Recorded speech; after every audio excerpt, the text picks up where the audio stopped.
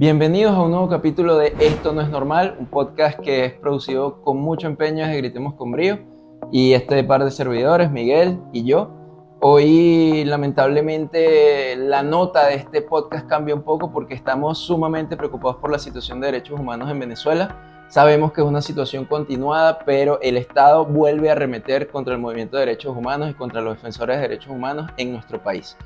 En este caso hacemos referencia a Rocío San Miguel, defensora de derechos humanos, profesora universitaria, que ha sufrido una detención forzada, ha sido víctima también de detención arbitraria por parte del gobierno de Nicolás Maduro y no ha tenido derecho a escoger su propia defensa y no tenemos garantías de que en todo este proceso haya tenido pues derecho al debido proceso. Y queremos hacer ver lo que está ocurriendo, sobre todo también luego de la expulsión de la oficina del Alto Comisionado para los Derechos Humanos de las Naciones Unidas de Venezuela, a quienes se les dieron pues 72 horas para salir del país, luego de las declaraciones y la actualización que ha hecho el relator en materia de alimentación sobre la situación que atraviesa nuestro país. Y también precisamente por la crítica que hizo directamente el Alto Comisionado de Derechos Humanos sobre la detención de Rocío San Miguel, que es lo que termina llevando a esta decisión del Estado venezolano de expulsar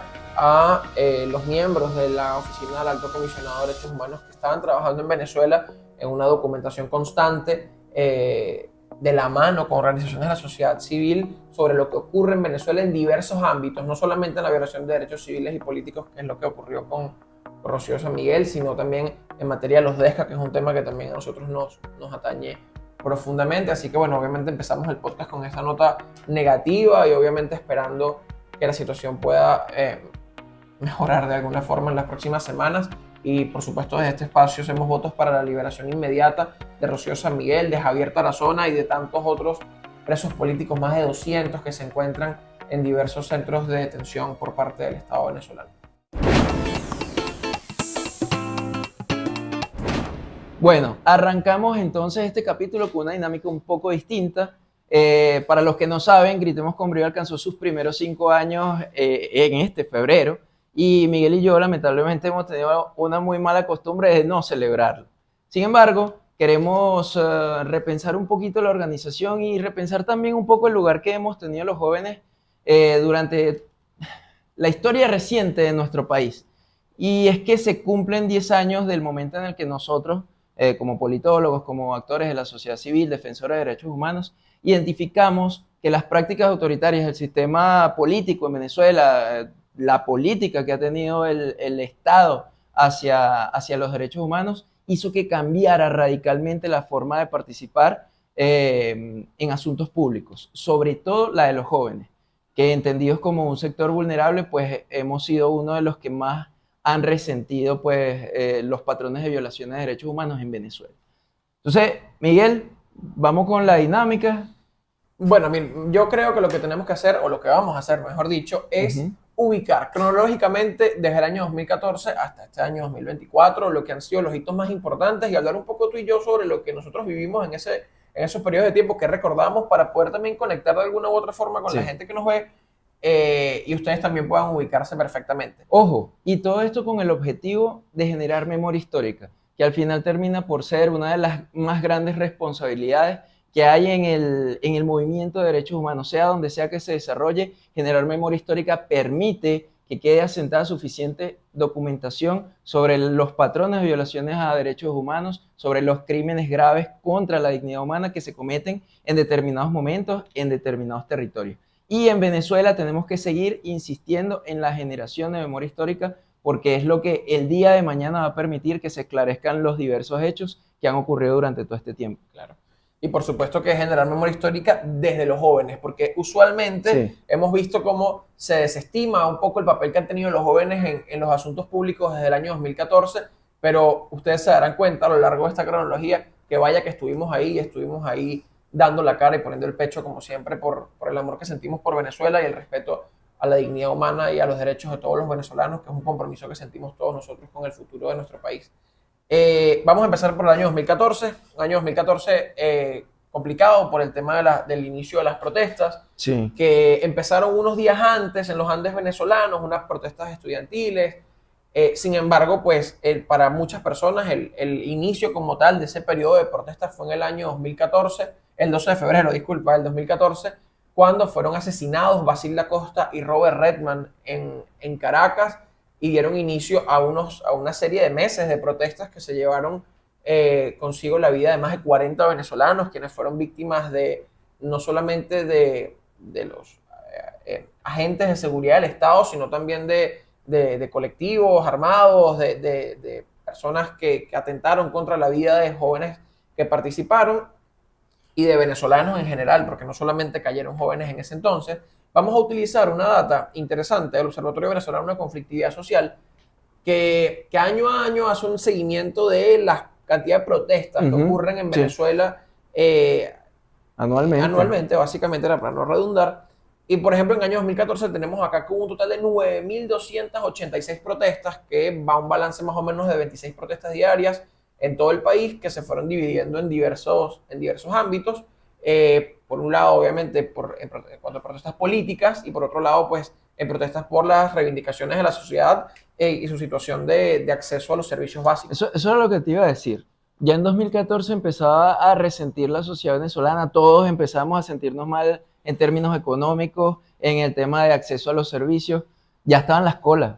Recuerda, yo creo que es así, y perdonen si me equivoco, ya estaba el tema de la escasez por el control de precios. Estaba empezando, sí. Está empezando el control de precios, y estos son hitos resaltantes porque normalmente tendemos a recordar como los grandes titulares, pero las situaciones continuadas que terminaban por afectar como el acceso de los ciudadanos a los derechos económicos, sociales y culturales, como que no lo dejamos, simplemente se va como normalizando con el tiempo, el tema de que, bueno, aquí se impuso un control de precios a partir de, ¿cómo es que se llamaba la entidad esta que regulaba los precios en aquel momento? La SUNDE. El SUNDE, ajá. Controlaron los precios, evidentemente esto llevó al borde de la quiebra a un montón de empresas privadas, a un montón de productores nacionales, y impuso un régimen de hacer colas a la gente. ¿Cuántas personas no tuvieron que empezar a hacer colas? Entonces, claro, evidentemente en ese contexto en el que uno no encontraba café, no encontraba azúcar, no encontraba harina, no encontraba leche, no encontraba ni siquiera los pañales para los niños, el clima de obstinación estaba creciendo, la gente estaba muy molesta. Claro. Es entonces donde empiezan también a formularse, bueno, algunas propuestas políticas de los sectores de la oposición, ¿no? Claro, claro. Y bueno, para hacer un balance ya como final de lo que fue ese periodo de protestas, que lo tenemos por acá en una chuleta, un balance de 43 fallecidos, entre ellos pues opositores, hubo también oficialistas como el mismo Juan Carlos Montoya, quien también fue asesinado el 12 de febrero en el centro de Caracas, funcionarios de la Guardia Nacional, entre otros. O sea, fue un proceso complejo de protestas en todo el país que llevó a un grupo de venezolanos que lamentablemente perdieron la vida durante ese tiempo. Más de 486 heridos y 1.854 detenidos, que fue aparte un informe de la Fiscalía General de la República, que bueno, es una fuente también difusa. Mira, pero aquí tengo con otra fuente. Esta fuente yo creo que sí vas a confiar un poquito más. ¿Sabes que yo estuve ahí ese día? Y para mí fue como muy choqueante, porque yo venía de participar en las marchas de Capriles, en los cierres de campaña, la primaria, no sé qué, y esas marchas eran marchas como refrendarias. O sea, tú ibas, escuchabas el discurso, la gente aplaudía, se lanzaban unos papelillos y te ibas para la casa. Nosotros estábamos ahí en la Candelaria, frente al Ministerio Público. Eso se sentía la tensión, era un clima totalmente distinto. Allí no se estaba dando vítores a nadie, ahí había como molestia en el ambiente. Cuando de repente tú a lo lejos ves allá una cosa que empieza a brillar así pegadita de la calle, y tú, bueno, ¿qué es eso? No, que vienen. Hermano, ese fue el primer piquete que yo vi en mi vida de Guardia Nacional, con escudos, con no sé qué. Y al rato se prendió esa corredera porque empezaron a hacernos correr los colectivos. Claro. Y bueno, de ahí yo lo último que recuerdo es que tuve que correr no sé cuántas estaciones, porque ahí empezaron a cerrar las estaciones del metro y la gente no tenía para dónde coger. No había transporte público, estaban los colectivos en la calle amedrentando y hostigando a las personas, y aparte te cerraron la principal vía de transporte. Pero bueno, para pensar. David es un poquitico mayor que yo. Yo estaba en cuarto año de bachillerato, pero ya yo igual hacía activismo a través de las redes sociales, y recuerdo haber seguido los acontecimientos no solamente del 12 de febrero, sino del resto de los meses. de protestas a través de las redes sociales y era la única ventana que teníamos para mantenernos informados y que estamos hablando del 2014 y 10 años después la situación de cómo han buscado acosar para generar censura y autocensura en los medios de comunicación simplemente se ha agravado con los años al punto de que ya es hasta extraño ver a verdaderos líderes políticos, sociales o de la sociedad civil siendo entrevistados en medios de comunicación tradicionales. Del 2014 saltamos al 2015. 2015. Un año también que se agravó mucho más la crisis económica y social que vivía el país, producto de las, bueno, evidentemente malas decisiones en estos términos de solución de problemas que vivía la economía venezolana en ese entonces por parte del gobierno nacional, las protestas... Y hubo otra cosa con la que probablemente no contaba el chavismo, y es que caen los precios del petróleo. Los precios del petróleo, sin duda. Entonces no es solamente un tema de control cambiario, que ya estaba impuesto, no es un tema de control de precios, sino que aparte, bueno, éramos muchos y parió la abuela, caen los precios del petróleo y evidentemente el gran aparato de manutención estatal, de gasto público que sostenía el gobierno, ya no lo puede hacer. Claro. Y bueno, para el año 2015, de nuevo, tomando como todos estos datos que vamos a dar, los sacamos del Observatorio Venezolano de Conflictividad Social, es importante que lo tomemos en cuenta. Se registraron para el año 2015 5.851 protestas en todo el país, de las cuales el 82% era por derechos sociales, es decir, que ya la situación de los servicios básicos se convertía en un problema cada vez más grande, el acceso a alimentos era más complicado, el desabastecimiento era una cosa absurda lo que estábamos viviendo en Venezuela y la necesidad de pasar horas y horas y horas en colas para poder comprar una pequeña porción de un elemento o un artículo de primera necesidad que necesitaban los hogares venezolanos. Y todo esto creó una especie de momentum para lo que era una campaña electoral hacia las elecciones parlamentarias del año 2015, que bueno, yo todavía no tenía 18 años, yo tampoco no pude votar. Aquí seguimos dando claro la diferencia de edad entre David y yo. No, pero fíjate una cosa, dos cosas quería decir sobre el 2015. Una, algo que me dijiste tú cuando estábamos revisando todos estos contenidos antes de empezar a grabar, y es que empezó el fenómeno del bachaqueo desde hace algunos años atrás. Claro. Y ojo, aquí yo quiero hacer como una observación sobre esto, porque aunque fue algo muy negativo que se manifestó en el seno de la sociedad, fue algo que al final no fue responsabilidad de la gente. Recordemos que hay un Estado que no estaba cumpliendo con las responsabilidades de garantizar el acceso a bienes y servicios en los términos más básicos, y la gente simplemente tenía que rebuscarse y apeló a eso. Y lo segundo es que, bueno, hacia finales de 2015 efectivamente se ganó la Asamblea Nacional.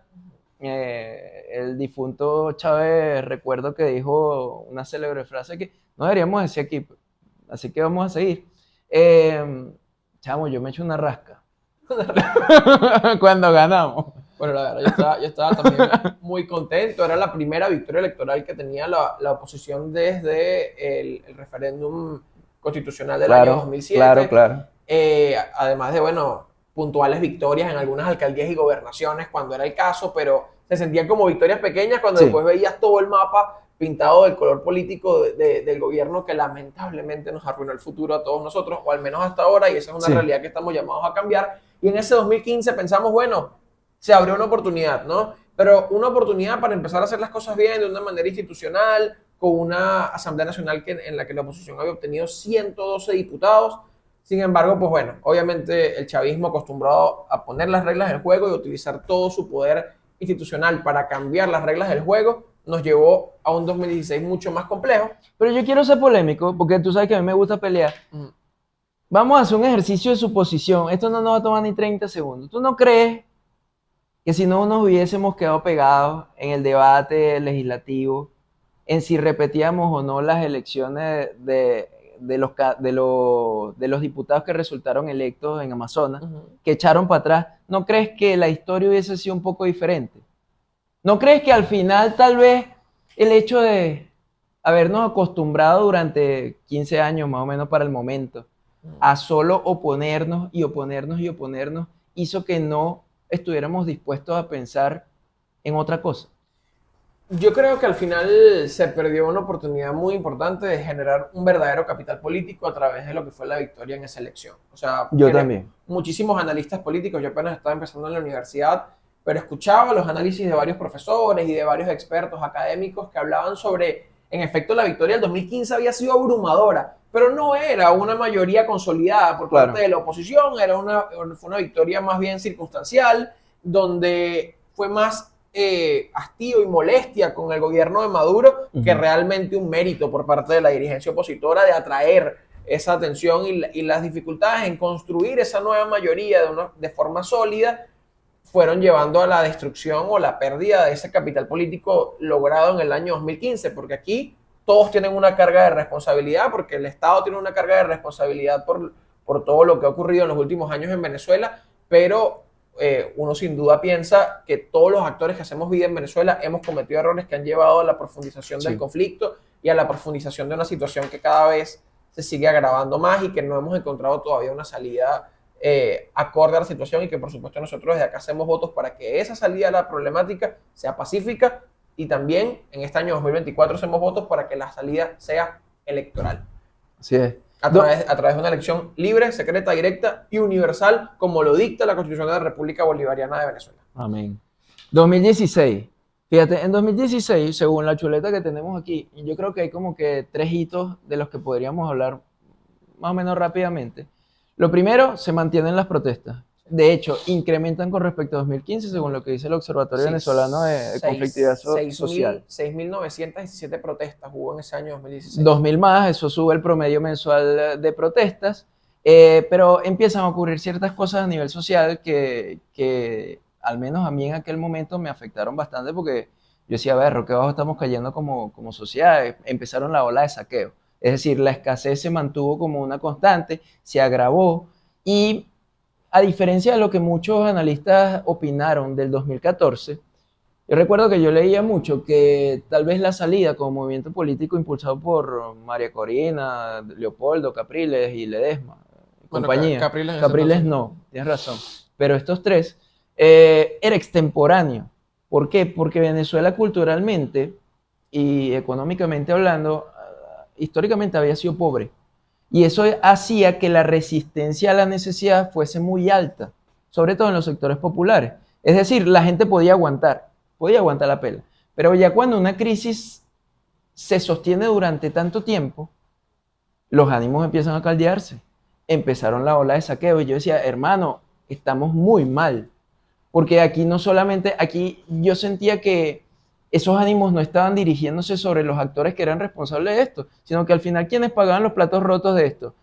Sector comercial, pequeños y medianos comerciantes. Que ya hacía un esfuerzo sobrehumano por mantener sus Santa Marías abiertas, entonces es complicado. Exactamente. Por supuesto que toda esta situación que se estaba generando llevó a grandes movilizaciones populares, como fue en aquella oportunidad a finales del 2016, lo que fue la toma de Venezuela. Fue una forma simbólica de llamar una movilización que fue a nivel nacional, pero que particularmente en Caracas fue realmente multitudinaria, donde se habla de la participación de más de 1 millón de venezolanos en las calles en esa oportunidad, que más que un tema diferente a las protestas del 2014 y del 2017 que vamos a evaluar después, no fue tanto como una protesta donde hubo represión y tal, sino que más bien fue un espacio de encuentro, de confluencia de aquellos que pensábamos que las cosas tenían que cambiar de alguna u otra forma en algún punto, y fue realmente multitudinario, obviamente una protesta grande y pacífica como en ese entonces. Pero ahí cabe tal vez la observación, y sobre todo a partir de ahora del 2007, de esa apreciación a la que muchos analistas también han llegado, que es que cuando no hay tiempos electorales, la curva de represión tiende a bajar. Cuando hay tiempos electorales, es totalmente distinto. Más bien, todos los instrumentos de represión y de seguimiento y hostigamiento del régimen parecen perfeccionarse. Parece que todos los dispositivos de seguridad del Estado tienen como política pues el seguimiento de los actores de la sociedad civil, de actores políticos, actores sindicales, y evidentemente eso lo veremos a continuación. Pero una de las cosas que comienzan también en el 2016, para cerrar ya y arrancar con 2017, que creo que fue el año que nos cambió la vida a todos, es que empezaron las distintas convocatorias y llamados del gobierno a hacer diálogos. Diálogo social, diálogo político, diálogo universitario. Y al final, bueno, yo creo que el saldo de todas estas llamados a diálogo, que ya no sé ni cuántos van, es que, y eso lo decía también el profesor Guillermo Veledo, o sea, ¿cuál es la paz que busca el diálogo cuando es impuesto, ¿de qué tipo de paz estamos hablando? La paz de los reprimidos, la paz de los que encuentran violados sus derechos humanos. Es una retórica en la que lamentablemente diversos sectores de la sociedad venezolana siguen cayendo. Y bueno, por supuesto que este diálogo también se hace en el marco de que en el año 2016 una sentencia del Tribunal Supremo de Justicia declara que las elecciones en el estado Amazonas Claro, para determinados curules habían sido de alguna u otra forma, existió algún tipo de fraude, algo que no entendemos si se supone que el CNE blinda de alguna manera el proceso, obviamente con la finalidad de acabar con la mayoría calificada que había obtenido en ese entonces la oposición venezolana y obviamente torpedear algunos procesos legislativos que por ley tenían que ocurrir. Después ellos empezaron a torpedearlo a través de sentencias del Tribunal Supremo de Justicia que declaraban inadmisibles todos los proyectos de ley que se establecían dentro de la Asamblea Nacional y que básicamente dejaron al órgano legislativo como un adorno, lamentablemente, siendo quizás el poder más importante incluso sí, sobre el Ejecutivo en Venezuela, básicamente por el uso a discreción de todo el aparataje institucional que el chavismo ha manejado durante años. Y bueno, esto llevó, por supuesto, a procesos de diálogo para buscar la manera de destrancar el juego de alguna forma, un juego que no se destranca de ninguna manera, y pasamos al año 2017, que obviamente es un año que marcó la vida de todos nosotros, absolutamente todos los venezolanos, para los que salimos a protestar, para los que no salieron, para los opositores, para sí. los chavistas. La vida nos cambió en ese año 2017, que yo creo que marcó realmente nosotros vimos de verdad, quizás con el 2014 lo vivimos, ¿no? Porque haber asesinado a sangre fría a jóvenes venezolanos en el año 2014 ya era como un red flag, como decimos los jóvenes hoy en día. Pero lo que el 2007 yo creo que develó la verdadera naturaleza de lo que nosotros estamos enfrentando, cuando una serie de protestas pacíficas obviamente llevaron a disturbios, a dificultades en las calles, y tuvimos un año 2017 de extrema violencia en Venezuela y que recuerdo que todos los días nosotros salíamos a la calle a protestar de forma pacífica como parte del movimiento estudiantil y nos íbamos pensando si esa iba a ser la última noche que íbamos a volver a la casa, si esa era la última vez que íbamos a ver a nuestros padres, lo recuerdo claramente. Yo incluso antes de salir siempre escuchaba música y rezaba y le daba 1000 besos y abrazos a mi mamá Sí. porque no sabía si le iba a volver a ver. Esa era la realidad de lo que nosotros nos tocó vivir en el año 2017, que fue confrontar a, ya en esta oportunidad más que a los colectivos, fue literalmente Al aparato represivo. al aparato represivo del Estado, con todos los juguetes, con todas las armas y con todos los excesos habidos y por haber, y que muchos jóvenes no solamente fueron fueron asesinados en el marco de las protestas, pero no a través de ni siquiera de armas de fuego, como ocurrió más que todo en el 2014, es que en el año 2007 tuvimos asesinados por bombazos, por disparos de bombas De bomba lacrimógenas directas lacrimógena. al pecho, como Juan Pablo Pernalete, Y Neomar y Lander Neomar también. Lander también. Es realmente, o sea, recordar esto obviamente es algo chocante, es algo que nos marcó como generación. Voy otra vez con el dato del Observatorio Venezolano de Conflictividad Social del año 2017, 9.787 personas en protestas hubo en el país para un promedio de 27 protestas diarias y que aumentó en un 41% las protestas del año 2016.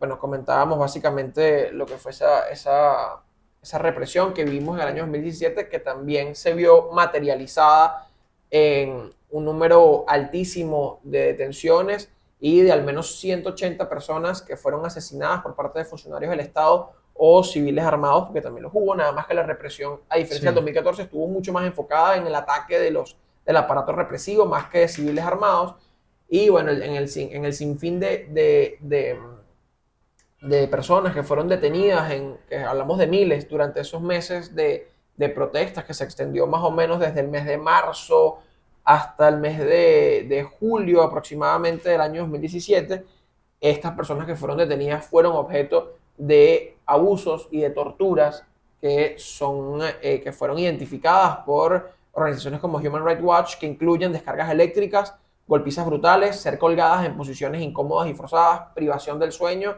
asfixia y abuso sexual en el que en algunos casos también incluyó violación incluso con armas.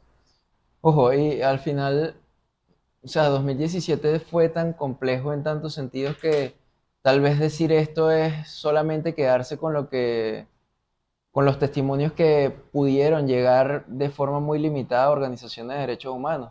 Pero el tema es que cuando a un chamo lo agarraban y lo metían en una de estas cárceles, primero podían ser simplemente centros clandestinos de tortura, que ni siquiera estaban, no eran institucionalmente hablando establecidos como cárceles.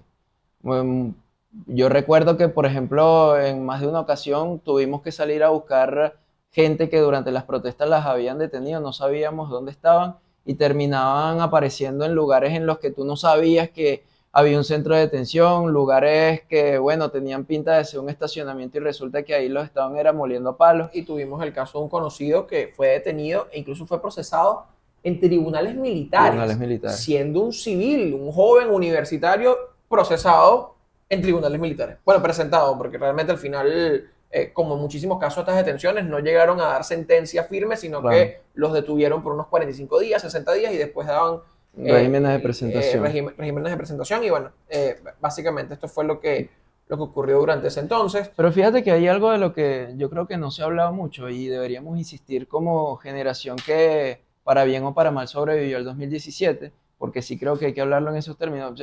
Yo no te puedo decir cuántas veces yo simplemente volteé para el lado que tenía que voltear y pasó la bomba, o corrí lo que tuve que correr para que, bueno, los que estaban tiroteando detrás no nos pegaran un disparo, o sea, etcétera. Entonces creo que no hemos hablado suficientes de los daños o de la afectación psicológica que toda una generación sufrió luego de esto. O sea, yo recuerdo que muchas veces yo estaba en la calle en el mismo 2017, 2018, y yo escuchaba el escape de una moto, hermano, y yo me timbraba, yo volteaba como que, cuidado, sal corriendo, qué sé yo, y todavía hoy tú ves a un organismo de seguridad, ves una ballena en la calle porque la están movilizando desde de una brigada a otra y tú sientes como algo en el pecho que no debería ser normal, ¿sabes? Y otra cosa que uno aspiraría nunca a tener que vivir y nos tocó vivir en ese entonces fue la sensación de correr por tu vida. Sí, Wow, en realidad es algo que quizás muchas de las personas que nos están viendo lo vivieron de primera mano, pero cuando yo lo recuerdo y siempre que le comento esto a mis familiares, a mis amigos que no se involucraron en ese entonces en los procesos de protesta, qué duro es sentir que corres por tu vida.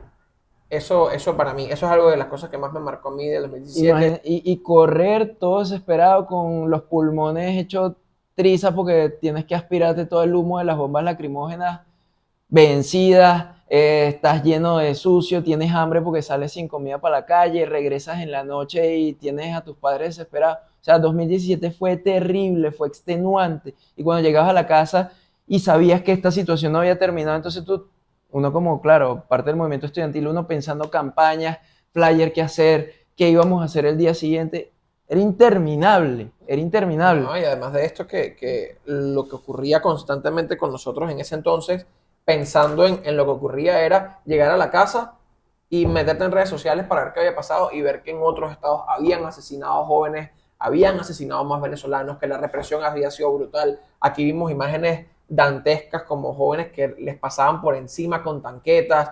las fuerzas represivas del Estado, en vez de disparar Perdigones. perdigones, le metían metras o tuercas a Sí, sí, sí. al Al arma fusil, al fusil. con el que terminaban disparando, con bombas lacrimógenas que obviamente la forma para poder disolver en temas de orden público algunas protestas es lanzarlas de esta manera, porque por la fuerza en la que salen, si las disparas directamente a alguien, puedes asesinarlo, y eso fue exactamente lo que pasó con varios venezolanos, entre ellos, por supuesto, como comentábamos, Juan Pablo Pernalete, Neomar Lander, David José Vallenilla, que también fue asesinado por un impacto de disparo de escopeta por parte de un guardia nacional. Son tantos que no queremos dejar a nadie por fuera. Mencionábamos algunos casos.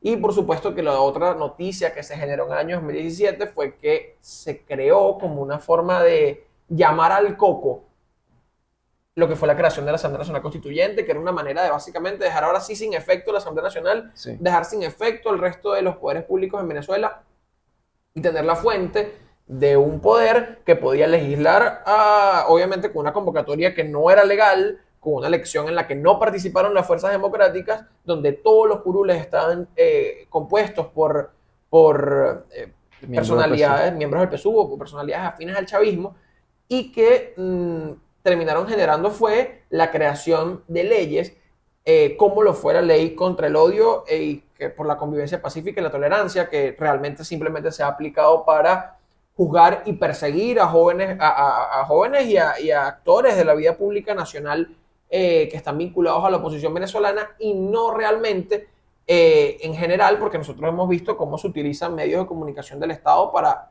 acosar y generar realmente mensajes de odio diariamente, y a esas personas nunca les llega absolutamente nada de uso de esta ley que ha atentado contra las libertades de expresión en Venezuela durante años. ¿Sabes qué?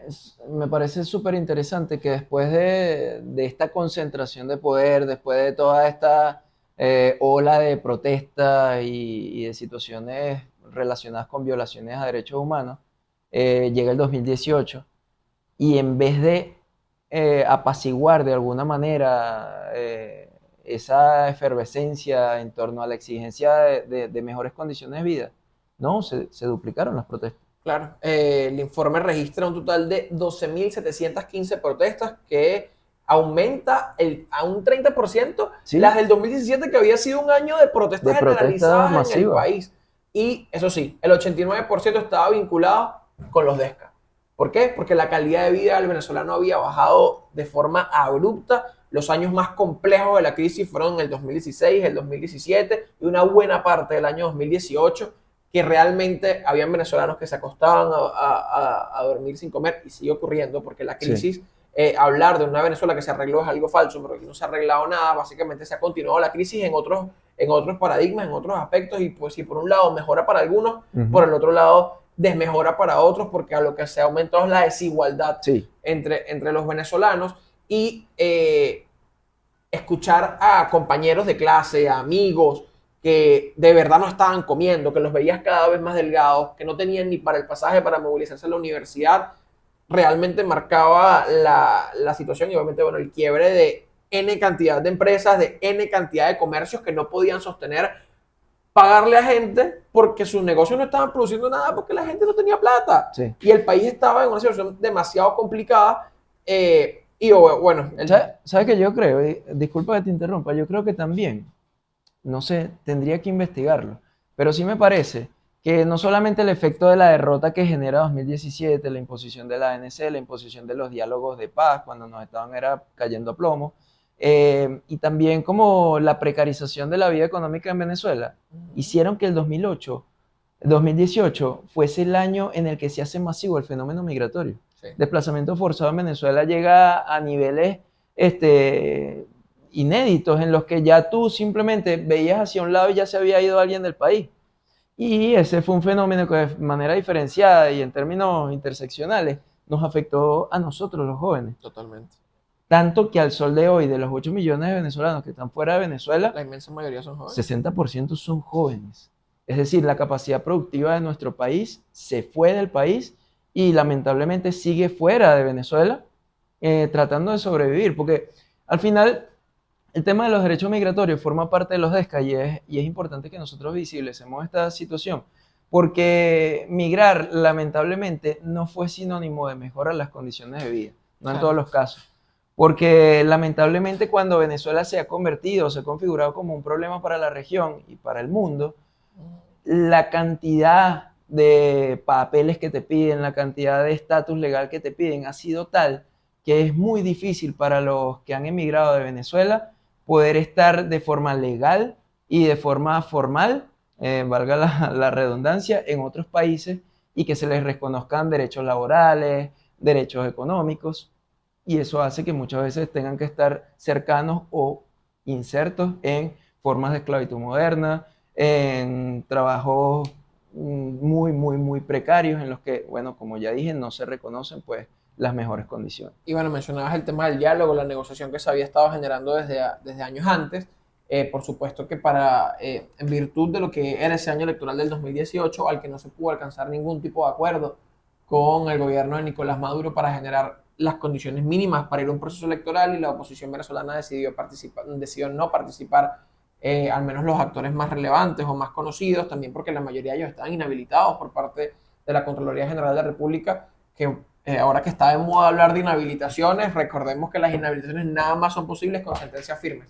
El único político en Venezuela que tiene una sentencia firme hoy en día y cuya inhabilitación está basada en una sentencia firme es Leopoldo López. María Corina Machado y Enrique Capriles y otros tantos venezolanos siguen inhabilitados sin sentencia firme, por lo tal son completamente ilegítimas esas inhabilitaciones, sí. Y también hacemos votos para que su habilitación política sea dada cuanto antes. En 2018, no sé si estoy pelado, no sé si fue en el 16 o en el 18, disculpa el salto atrás, ¿cuándo empezaron a imponer el régimen de firmas a los partidos para que se renovaran? Sí, desde el 2018, también, bueno, obviamente recordemos en esos procesos de que estamos conversando, en el año 2017 hubo elecciones regionales, con la participación de los partidos de oposición. Esas elecciones fueron en octubre, si mal no recuerdo, y después entre noviembre y diciembre fueron las de alcaldes, donde no quisieron participar las fuerzas democráticas, y participaron actores aislados, como los alcaldes. Que los obligaron a juramentación ante la ANC, ¿no fue? Sí, claramente, los gobernadores, y que a los que resultaron electos. En aquella oportunidad Juan Pablo Guanipa, que había ganado la gobernación del Zulia, no quiso, y al final hubo que hacer una elección nuevamente en el Zulia y ganó Omar Prieto, que según nuestros compañeros zulianos es el peor gobernador en la historia del estado Zulia. Pero entonces, bueno, vino esa elección del 2018. Mira, te voy a proponer una cosa. Me vas a matar porque esto no estaba planificado. Pero te voy a proponer que hagamos una segunda parte. Ok. Con lo que viene a partir de 2019. Okay. Porque lo que viene a partir de ahí sí termina por transformar el escenario político y social en Venezuela. Entonces no sé si grabamos una segunda parte, de manera que esta conversación no quede atropellada. ¿Qué opinas? No, está bien, perfecto. Y bueno, cerramos con lo de siempre. Recuerden, queridos amigos, que lo que estamos viviendo en Venezuela, que hayamos tenido que pasar por tantas dificultades como juventud y que se nos haya ido nuestros mejores años luchando por un mejor país, es algo que tú y yo no queremos regalar a nuestros hijos, sin duda alguna. Y nosotros, cada día que salimos a la calle en el 2017 y en los años subsiguientes, que lo vamos a explicar en la pronta oportunidad que nos quedamos, diremos alto para que se escuche: esto no es normal.